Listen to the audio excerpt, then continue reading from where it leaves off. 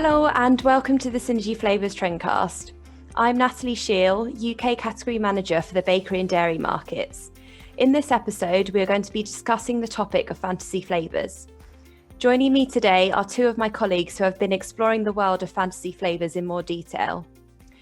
Vicky Berry, European Business Development Manager for Beverage, and Olivia Jackson, UK Sales and Marketing Executive.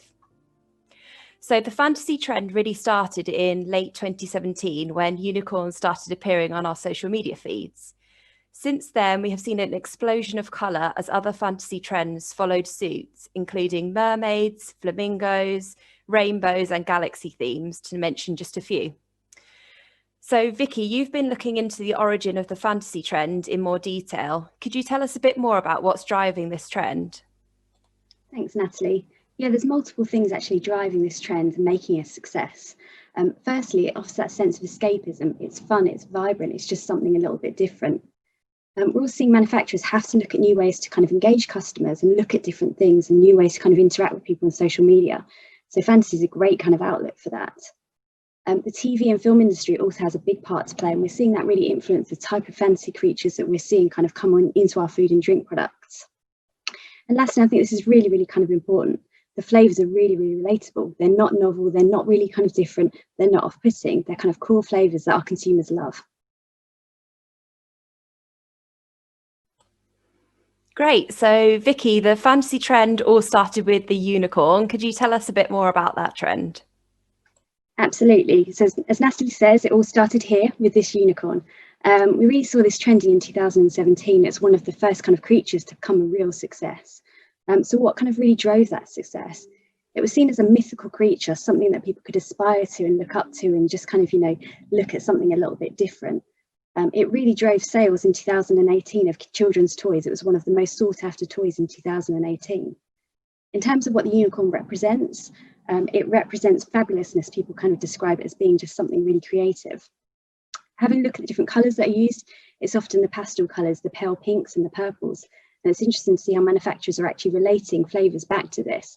So we're seeing lots of berry profiles being used and some of the sort of creamy profiles as well. So things like vanillas, right through to kind of sort of the sweeter profiles as well. So after 2017 came 2018. And then this is where we saw mermaiding become a thing. And I think every celebrity kind of jumped on the bandwagon and mermaiding actually became a thing. So from Kim Kardashian right through to Britney Spears, we saw people kind of embracing this. Mermaiding is quite different in terms of its kind of appeal. So it's looking at very different colours. So it's the aquatic colours, so things like greens and blues. And linking in with this as well, we're seeing those tropical profiles become really, really popular, which is really interesting. So Vicky, can you tell us what hit the scenes in 2019, please? Flamingos took over in 2019. This was really led through Instagram, but this time it was a different Kardashian. Kendall Jenner led the way with the flamingo pose. Don't worry, I'm not actually going to do it here. So the flamingo pose involves standing on one leg and actually bending the knee to look like a flamingo. Flamingos, as you might expect, are really kind of associated with those pink colours. Starbucks did a great job of this with their flamingo frappuccino. It was a really bold combination of ruby chocolate paired with raspberry syrup. As you might expect, all the flavours are being linked back to pink colours. So we're seeing things like pink grapefruits and pink lemonades. We're also seeing some red fruits being used, so things like cranberries or cherries, or even things like pomegranate creeping in. So I've taken you through 2017, 18 and 19. So Natalie, kind of what made waves in 2020, and did the current pandemic affect what we saw? Yeah, thanks, Vicky. So definitely rainbows have been a very prominent theme of 2020. So it's almost been this symbol of hope and solidarity. Definitely at the height of the COVID-19 pandemic, we saw rainbows become this symbol of togetherness, really in a time where we were all apart. In the UK, you could actually chase the rainbow all the way along your street as colourful paintings were displayed in windows across the country to really show gratitude to key workers and add a bit of brightness in these dark times. Rainbows have also been a strong theme in food and drink as well in recent times, as we're all told that we need to eat the rainbow to ensure a healthy, balanced diet. But aside from colourful fruit and vegetables, brands have really been tapping into the rainbow trend this year to add a bit of colour to the supermarket's shelves. According to Mintel, 49% of consumers would like to see more colourful baked goods in the supermarkets, and we're already seeing some of these products appearing in things like cakes, ice cream, and even tortilla chips. But what does the rainbow taste like?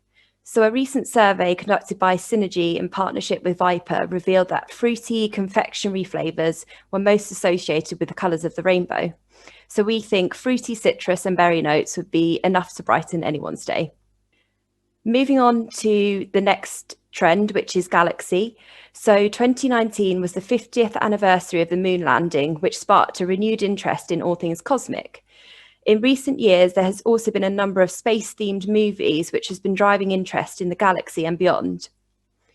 One of the most on-demand TV shows at the moment is Mandalorian, which highlights the trend even further. In terms of innovation in the food and drink space, Dunkin' Donuts actually launched a new range of space-themed ice drinks with cosmic colours to celebrate the anniversary of the moon landing. This was then followed by an array of food and drinks with dark, moody purples and blues and a sprinkling of glitter, which is the perfect pairing for a blue raspberry flavour or any other flavours associated with those colours. So that was looking at now, so looking at 2020, looking ahead to 2021. Olivia, could you tell us more about the next fantasy flavours making waves in the food industry?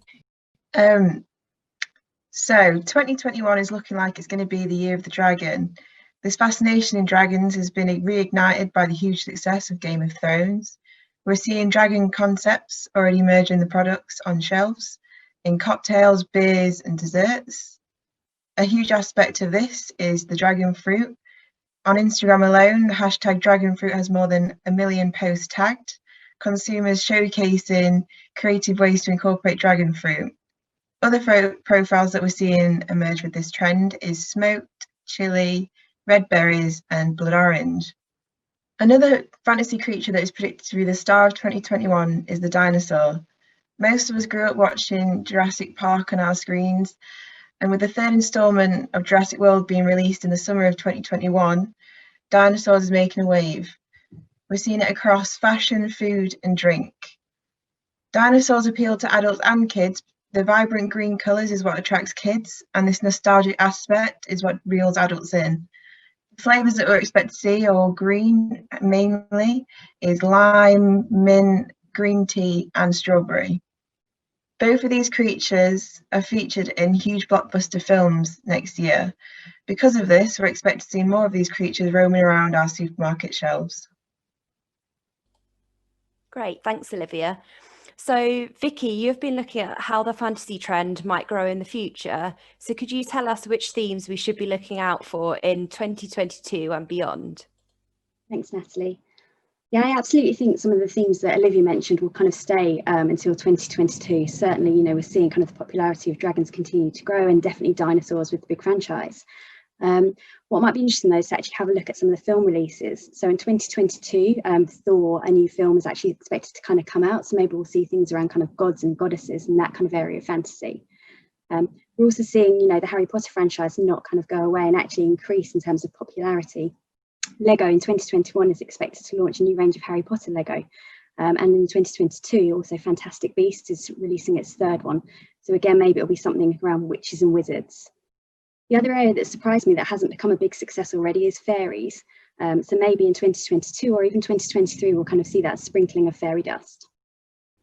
Great, thanks Vicky. So lots of exciting fantasy trends to look out for in the future. So just to conclude, we've been working on some exciting flavour combinations to pair with some of the fantasy trends that we've talked about today. We've already touched on some of the flavours, but to give an overview of some of the other flavours in the fantasy theme, you can see these on your screen now just for some inspiration. So if you would like to include some fun fantasy flavours in your next product development, please get in touch with the team and we'd be happy to discuss in more detail. I would like to say thanks again to Vicky and Olivia for joining today, and thanks to you for listening to the Synergy Flavours Trendcast. Hope to see you again soon.